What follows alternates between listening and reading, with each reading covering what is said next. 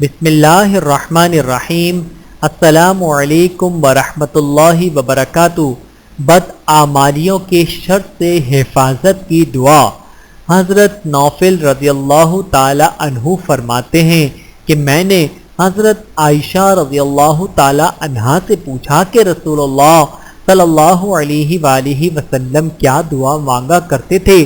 انہوں نے جواب دیا کہ آپ صلی اللہ علیہ وآلہ وسلم یہ دعا مانگا کرتے تھے، اللہم انی اعوذ بک من شر ما عملت ومن شر ما لم اعلم۔ اے اللہ، میں ان کاموں کی برائی سے جو میں نے کیے ہیں اور ان کی برائی سے جو میں نے نہیں کیے، یعنی دوسروں کے گناہوں کی نحوست سے یا مستقبل میں سرزد ہونے والے گناہوں کی شر سے تیری پناہ مانگتا ہوں۔ بحوالہ صحیح مسلم، حدیث نمبر 2716۔ اللہ تعالی ہم سب کو احادیث مبارکہ پہ عمل کرنے کی توفیق عطا فرمائے، آمین ثم آمین۔